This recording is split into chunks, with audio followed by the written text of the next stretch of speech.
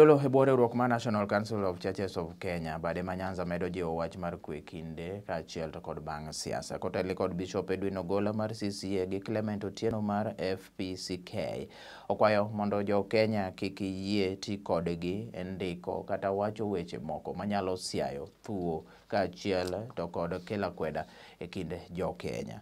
Bende gimedo lero ne nyithindo nego mi arita makare ahinya nikech kinde yiero mag mosekadho nyithindo mosebedo koro ka thoro bende yudo hinyruok malach ahinya kendo dwani mondo koro mano piny owacho oneni oketo arita kwe e yo. Jodolo e bwo riwruok manoero mar National Council of Churches of Kenya bade ma Nyanza koro medo jiwo jo Kenya duto mondo ne ni gie sani eri kinde yiero koda ka bang' yiero gik bedo kod kwe kod riwruok kanyo achiel. Jodolo go eko moriwo kanyakla Bishop Edwin Ogola mar CCA kod Bishop Clement Otieno mar Free Pentecostal Church okwayo mondo jogo eko mabende ndiko gik manyalo kelo akweda siayo kata thuya e mbui owe manoero nikech kwe kende mabende ginto gidwaro kata mabende jo Kenya duto dwaro gie sani eri. E setegogo bende jodolo go eko kwayo jonyuol kik yie nyithindegi donjre kuonde go eko mamoko manyalo miyo ngimagi bedo e andaki kata kama rach kaluwore ni nyithindo thoro hinyore e kinde mag siasa e pacho ka. Jowetewa mwahera ahinya, an Bishop Edwin Ogola Otieno mar kanisa mar Church of Christ in Africa, mabende en achiel kuom kanise mane riwruok maduong' mar NCCK kata National Council of Churches of Kenya. Akawo thuoloni mondo asa joramogi duto, nyikwa Ramogi, jothurwa, en kinde ma walamo Nyasaye mondo wabed kod kwe. Tem mondo ibed gi kwe gi jirani mari, tem mondo ibed gi kwe gi ji duto kaka ndiko mar Nyasaye jiwowa Jo-Ibrania 12 matindo 14 kadhi. Bende tem mondo iyie ni pogruok manyalo betie ng'ato nie party moro, ng'ato nigi ng'ate, ng'ato ka ng'ato nigi ratiro mar goyo ombulu ni ng'ate moyiero nikech en ratichwa kalure kod chikewa mag Kenya. Bende wang'ene i piem moro amora nitie jayombo to nitie ng'ama iyombo. Koro bed ka iikori ni gigo duto samoro ng'ati ma imako ahinya kendo mise kampen ni ma iwuothogo machiegni inyalo yombe kata onyalo yombo. Koyombo tem mondo i-celebrate kata ibed gi nyasi mochanore maber ma ok interfere gi ratiro mag jomoko.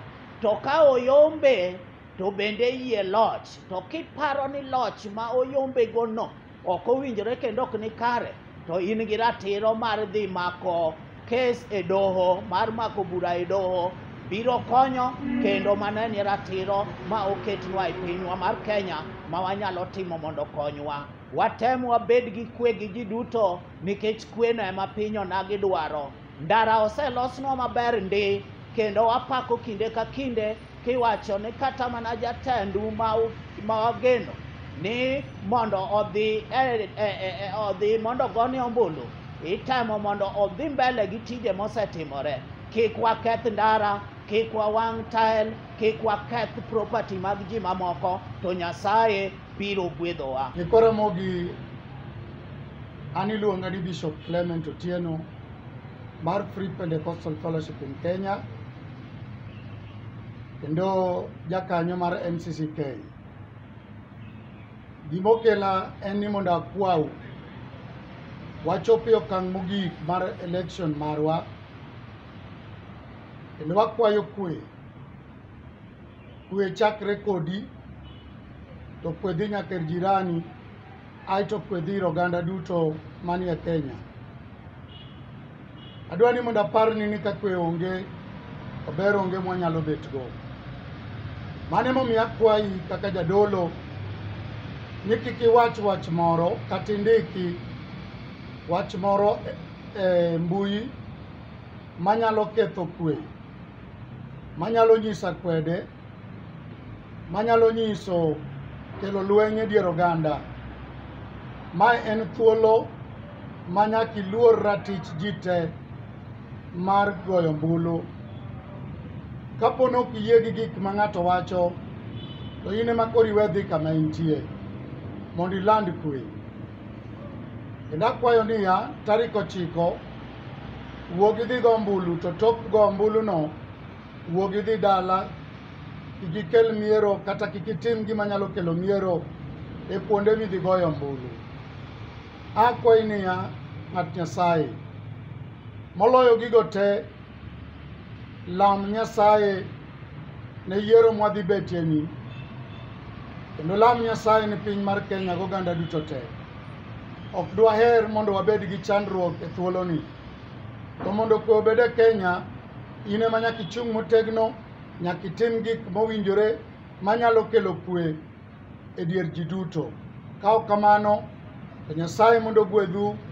Wasebedo mokwe, waendelea uru gi kwe sani, wabedru gi kwe tarik 9, kendo kata mana tok yiero waland mana kwe ma Nyasaye omiyowa. Par ni Yesu Kristo en ye ruodh kwe, kendo en ema noore mondo okel kwe e piny motimo kokoni. Nyasaye mondo ogwedhu duto, Nyasaye mondo oting'u malo. Amen.